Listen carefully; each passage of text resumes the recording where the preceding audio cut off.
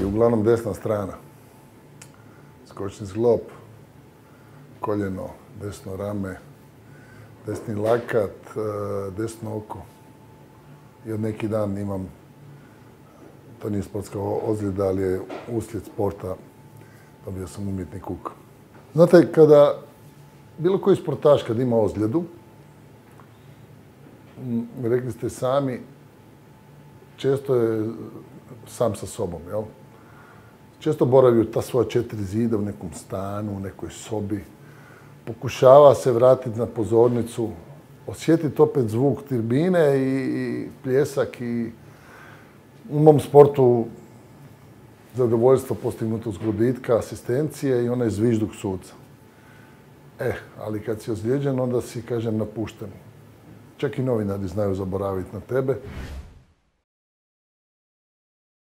Liječnici, oni su s nama od prvog dana do zadnjega, što se kaže. Puno je tu sporta, ozljeda, napora, udaraca, svega.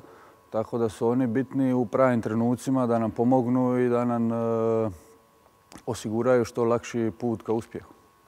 Dosta sportaša nakon karijere ima posljedica što zbog samog sporta, a možda i zbog nekih loših operacija ili nešto.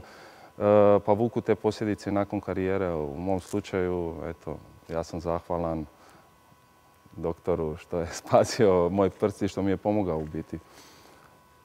Imao sam, eto, pred kraj karijere, odnosno baš u zadnjoj godini karijere, jedan nesretni slučaj gdje sam ozlijedio nožni palac i to je onda uslijedio moj prijatelj koji je to popravio sve da tu zadnju godinu karijere mogu na kvalitetan način završiti, ali sad, ajmo reći, nakon karijere nemam nikakvih posljedica, što je isto bitno. Kad pričam o tome, noge mi se tresu.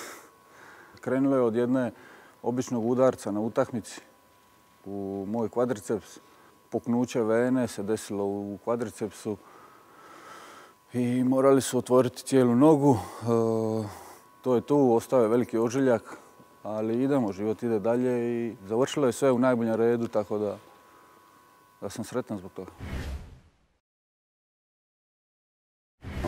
Imaš masu situacija gdje se, kažem opet, postoje povrede. Ako je neka povreda gdje jednostavno ne može.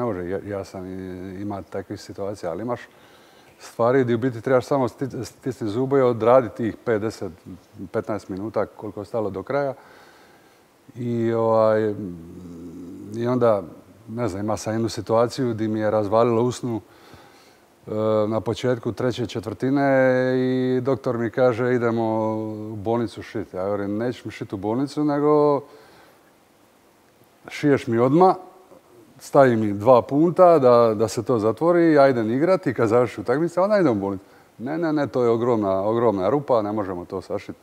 To treba 20 punata šiti.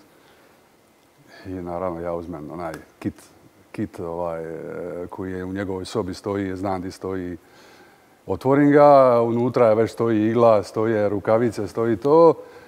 I ja uzmem to i na ogledalo da se šijem sam. I onda on vidi da sam ja lud i govori daj, ja ću.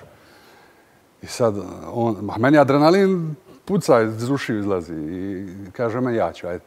I sad ja legnem na stol, on oblači rukavice i uzima injekcija. Šta će ti injekcija? Kaže, pa anestezija. Ne treba mi anestezija, daj šij, samo da ja gubimo vrijeme, utakmica ide, igra se. Ne mogu ja čekati da ti meni daš anesteziju. I onda mi je sašija mi je 2 punta, 3, ne znam nija koliko, nešto malo. Uzeo sam gazu, stavio je u usta i promijenio adres jer je bio cijeli krvav.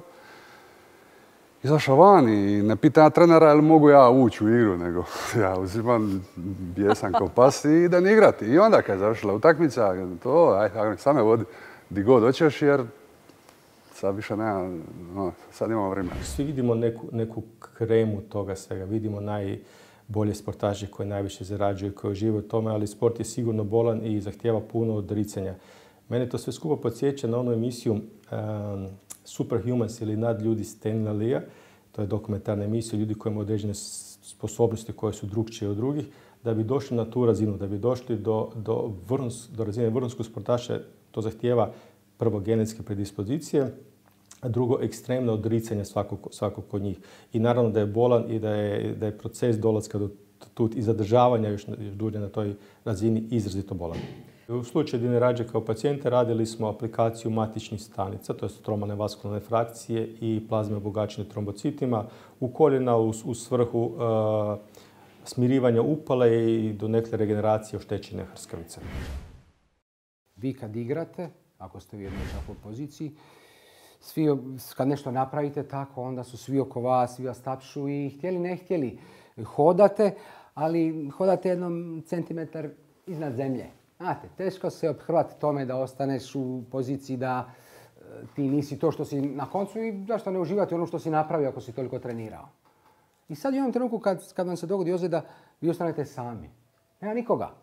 Ali nikoga. Ma neko te vidi i pozdravite i mi te pita, ma da, kako si to, ali nisi više u takmičenju, nisi više u kombinaciji za momčad, niti ko o tome govori da možda nedostaješ i tako, jer koga nema bez njega se može i tako. Tako da ti sportaši zapravo su najčešće, ja to nekako zovem fenomen gladijatora, a mi smo fenomen vulkanizera, koji onda taj dio malo popravljamo. Pa sportaši su jako specifični pacijenti. Oni su, barem koliko ih ja poznajem, većinom u svom svijetu, jako su posvećeni tome što rade, pogotovo profesionalni sportaši. I njima zapravo ozljeda predstavlja ogroman stres. To im modulira cijeli život praktički. Oni žive od svog tijela, bavljanja sportom. Tako da im svaka ozljeda stvara i psihički stres koji je možda najveći, do toga da im je ugrožena egzistencija.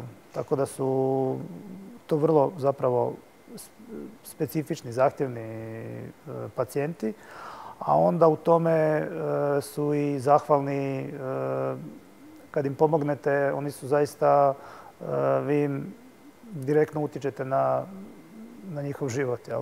Povratak sportu zapravo za njih znači povratak normalnom životu. Oni ako ne mogu se baviti sportom, čujte, ko da meni neko kaže da ne mogu operirati.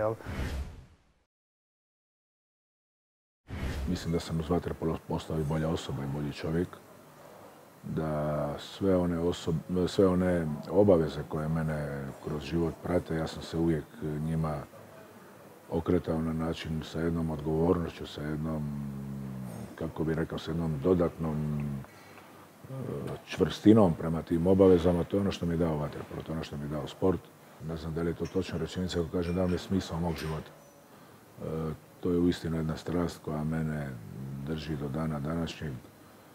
I onako kao čovjek koji sam prošao, ajde sad već mogu u ovim godinama reći puno toga i kroz svoju igračku profesionalnu karijeru i trenersku i sad kao izbornik, nikad me ta strast prema tom obavljanju tog posla i prema samom vaterpolu nije napustila. Život je pun uspona i padova, svi mi prolazimo strašno puno uspona padova, ja sam prošao puno, boga mi. Očvrsnite. Ja mislim da mi je vaterpolo pomogao strašno puno i sve ovo o čemu pričam i u mojim najtežim trenucima u životu koje sam imao, da mi je upravo ta snaga tog bavljenja sportom, ta odgovornost prema tome, ta odgovornost na koncu konca prema samom sebi pomogla da u tim momentima koji su bili jako teški za mene, moj život, za moju budućnost, da mi je pomogao na način da sam znao i kako iz toga izaći, da je jedini put bio biti još jači, biti još čvršći, da je sutra nova utakmica, da je sutra novi dan, bez obzira što je taj poraz bio tako težak. Evo, to su neke stvari, recimo, koje, kažem, kad dugujem, koliko ja dugujem vaterpolu, ne mislim samo tu na uspjeh i rezultate, koliko mu dugujem u smislu života, to je puno.